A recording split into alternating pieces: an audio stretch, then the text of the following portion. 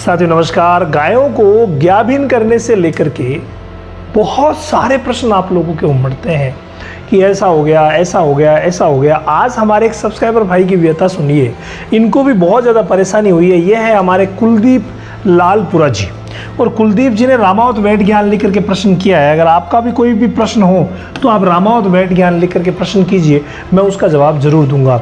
ये कह रहे हैं कि सर मेरी काऊ 2 मंथ पहले ब्याई थी, यानी 2 महीने पहले की ब्याई हुई है। नीलजान से डिवार्मिंग करने के बाद एग्रीमिन आई का कोर्स भी कंप्लीट कर दिया इन्होंने, यानी पहले नीलजान से डिवार्मिंग की और फिर एग्रीमिन आई का कोर्स कंप्लीट कर दिया। अब ट्रांसपेरेंट पानी जैसे कंटिन्यूसली डिस्चार्ज दे रही है, ये बात नोट करने की है। यानी कि ट्रांसपेरेंट पानी जैसे डिस्चार्ज दे रही है, लेकिन लगातार दे रही है, लगातार पानी जैसे डिस्चार्ज दे रही है। प्रेग्मा और गाइनरिस, देखिए इन्होंने हार्मोनल इंजेक्शन का सहारा भी लिया है। प्रेग्मा और गाइनरिस, प्रेग्मा प्लस गाइनरिस लिखा है।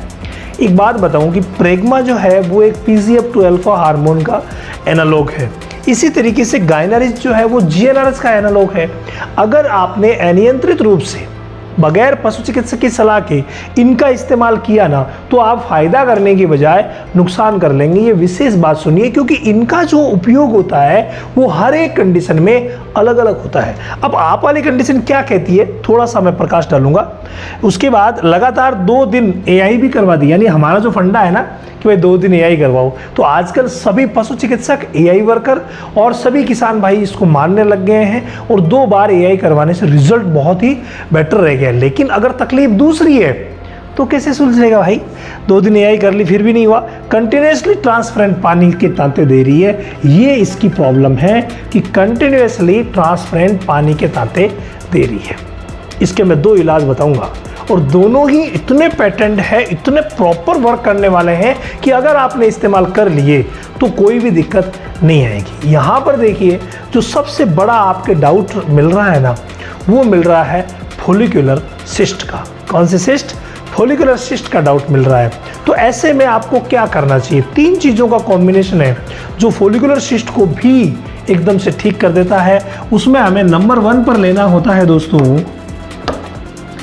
नंबर 1 पर हमें लेना होता है हल्दी। अब आप कहेंगे सर ये क्या बता रहे हैं, हल्दी हल्दी तो हम दे देते हैं, देते ही रहते हैं, तो ये तो सही होगा। लेकिन आगे सुनिए, हल्दी जो है वो पर डे आपको 50 ग्राम हल्दी देनी रहेगी, और कम से कम 1 से 2 kg हल्दी आपको देनी रहेगी। लेकिन हाँ, एक विशेष बात सुनिएगा, ये जो फॉर्मूला मैं बता रहा हूँ, ये फॉर्मूला आप इस्तेमाल करेंगे, लेकिन इस्तेमाल करने के बाद आप AI या क्रॉस कब करवाएंगे? जब सही मौसम हो। बहुत ज़्यादा गर्मी है, गर्मी का मौसम है, तो ऐसे में आप मत करवाइए। जो अनुकूल मौसम हो वो बहुत ज़्यादा ज़रूरी होता है। हालांकि गायें सीजनल ब्रीडर नहीं है, कभी भी प्रेग्नेंट हो जाती है, लेकिन फिर भी समय का, मौसम का बहुत ज़्यादा फर्क पड़ता है। तो हल्दी आपने ले ली। नंबर 2 पर आपको लेनी है काली मिर्च। जी हाँ, काली मिर्च जो है ये मात्र 10 ग्राम रोज लेने की है। कितनी है भाई? 10 ग्राम रोज देने की। ये भी 20 से 40 दिन तक आप दे सकते हैं।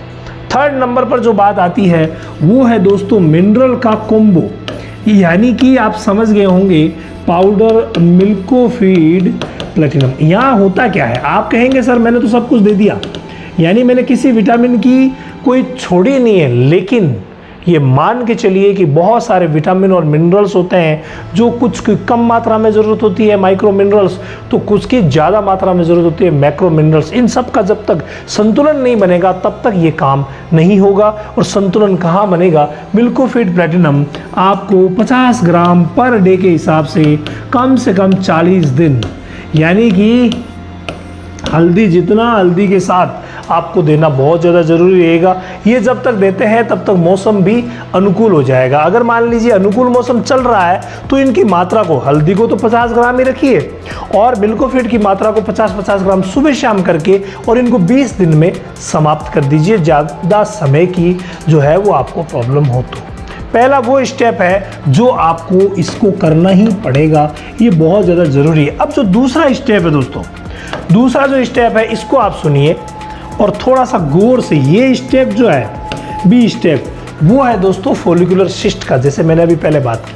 तो यहाँ आपके फोलिकुलर सिस्ट का डाउट है, तो आप क्या करेंगे, फोलिकुलर सिस्ट की हर एक स्टेज के अकॉर्डिंग ट्रीटमेंट होता है, तो वहाँ आप पशु चिकित्सक से जांच करवाइए और फिर उसका ट्रीटमेंट करवाइए, ताकि फोलिकुलर सिस्ट का अगर ट्रीटमेंट हो गया ना तो ये कंप्लीट ठीक हो जाएगी। इसमें अगर आप ये सब कुछ चीज़ें जानना चाहते हैं ना, तो विकल्प है साइंटिफिक बेस्ड नॉलेज वाली A to Z ट्रेनिंग, और ये ट्रेनिंग आपको रामावत एनिमल ऐप पर मिलेगी। और अभी हाँ, ये सिर्फ डाटा खर्च में मिल रही है, यानी अभी सस्ते में काम हो रहा है। तो आप जाइए रामावत एनिमल ऐप पर और 3 महीने की जो डेयरी फार्मिंग की कंप्लीट ट्रेनिंग है वो ले लीजिए, ताकि आपको प्रॉब्लम कभी होगी ही नहीं, ठीक है। और यहाँ मैंने बता दिया बी फोलिकुलर सिस्ट, आपको मैं बता भी दूँ कि ये इलाज होगा, फिर भी अकॉर्डिंग टू कंडीशन ट्रीटमेंट होता है। दोस्तों मैंने पहले ही बताया कि ये जो हार्मोन्स आप इस्तेमाल करते हैं, अगर आपने थोड़ी बहुत भी मात्रा इधर उधर कर दी या इनको जो गैप रहता है उसको इधर उधर कर दिया तो बहुत बड़ा नुकसान होगा। और गैप भी निश्चित नहीं रहता,